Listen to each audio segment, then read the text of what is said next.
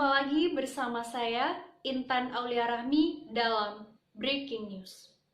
Selama beberapa menit ke depan, kami akan menghadirkan berita terhangat, teraktual, dan terpercaya. Menteri Sosial Juliari Peter Batubara ditetapkan sebagai tersangka atas kasus penerimaan suap bantuan sosial di Kementerian Sosial. Penetapan status tersangka terhadap Menteri Sosial merupakan tindak lanjut dari operasi tangkap tangan yang dilakukan oleh KPK Sabtu 5 Desember 2020 dini hari.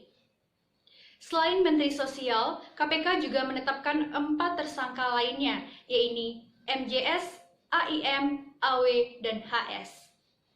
Berikut merupakan tanggapan dari ahli hukum Universitas Indonesia Profesor Dr. Aisyah Anggraini.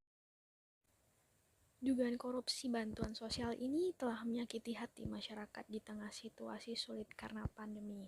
Saya melihat bahwa korupsi bansos ini sangat disayangkan karena secara tidak langsung memotong bantuan yang dibutuhkan orang miskin yang sedang terdampak pandemi COVID-19.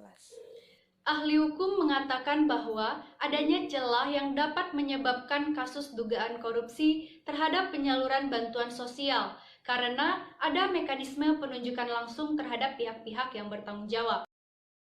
Dalam penanganan kasus ini, ada 2 hal yang seharusnya menjadi fokus KPK.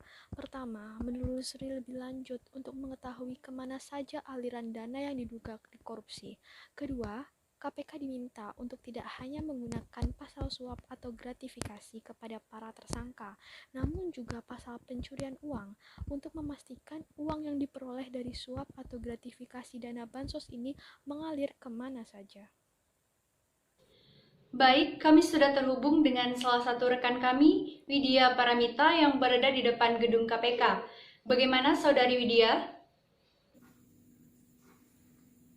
Di sini kami melaporkan langsung dari gedung KPK terkait dugaan tindak pidana korupsi yang dilakukan oleh Menteri Sosial Bapak Juliari Peter Batubara. Untuk saat ini, kami belum bisa memintai keterangan secara langsung terkait tindak pidana korupsi yang dilakukan. Namun, kami berhasil mewawancarai juru bicara KPK terkait hukuman yang akan dijatuhkan. Jika dilihat dari aturan hukum yang disangkakan kepada Menteri Juliari, yaitu pasal 12 huruf A atau B, atau pasal 11 Undang-Undang Nomor 31 Tahun 1999, sebagaimana telah diubah dengan Undang-Undang Nomor 20 Tahun 2001 tentang pemberantasan tindak pidana korupsi, Jongto pasal 55 ayat 1 ke 1 KUHP, maka sulit untuk mengenakan hukuman mati kepada Mensos selaku penerima.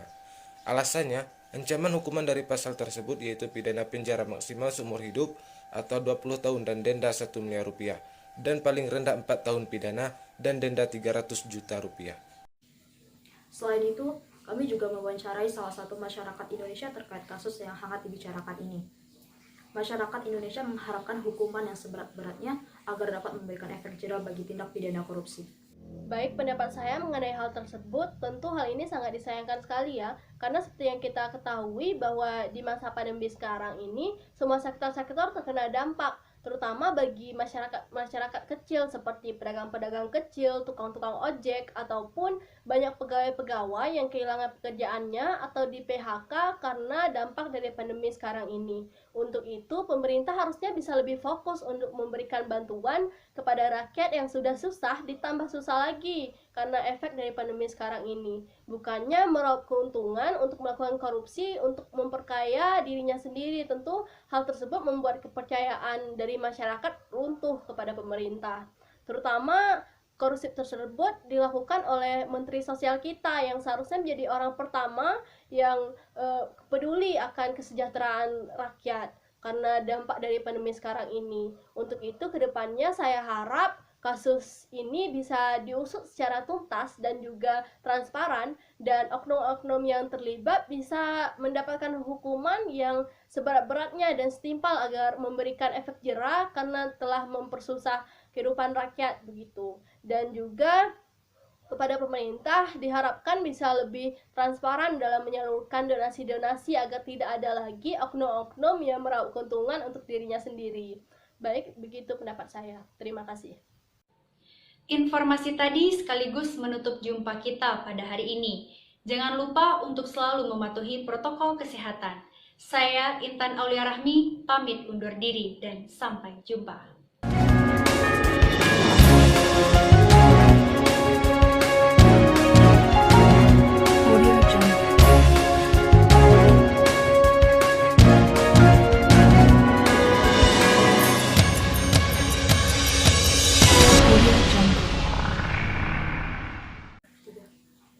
Pandemi COVID-19 menyebabkan masyarakat Indonesia mengalami keterpurukan ekonomi dan mengharapkan uluran tangan dari pemerintah. Namun, segelintir oknum pejabat menyalahgunakan wewenang yang dikuasainya. Ia melukai hati masyarakat dengan melakukan tindak pidana korupsi. Di sini, kami dari kelompok 1 berpendapat bahwa tindak pidana korupsi yang dilakukan ini memberikan contoh nyata yang tidak baik terhadap generasi muda Indonesia. Karena jika dibiarkan, maka korupsi akan mendarah daging di Indonesia.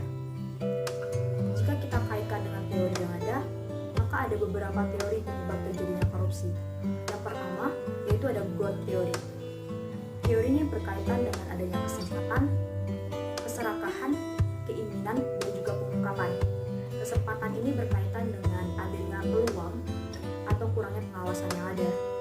Yang kedua, yaitu terkait dengan keserakahan, yaitu berpotensi dimiliki oleh setiap orang yang ada. Dan yang ketiga, yaitu karena keinginan. Dan yang keempat, yaitu ada pengungkapan, yaitu konsekuensi yang harus diterima jika tindakan tercela ini dapat diketahui oleh orang. Yang kedua, yaitu ada teori willingness dan juga opportunity development, yaitu terkait dengan adanya peluang, kesempatan, dan juga keinginan. Dan yang terakhir, yaitu terkait motivasi atau alasan seseorang itu melakukan tindak pidana korupsi. Yang pertama, yaitu korupsi karena ada peluang, korupsi karena ada kebutuhan, korupsi karena ingin memperkaya diri sendiri, korupsi karena ingin menjatuhkan suatu pemerintahan, dan korupsi karena ingin menguasai suatu negara.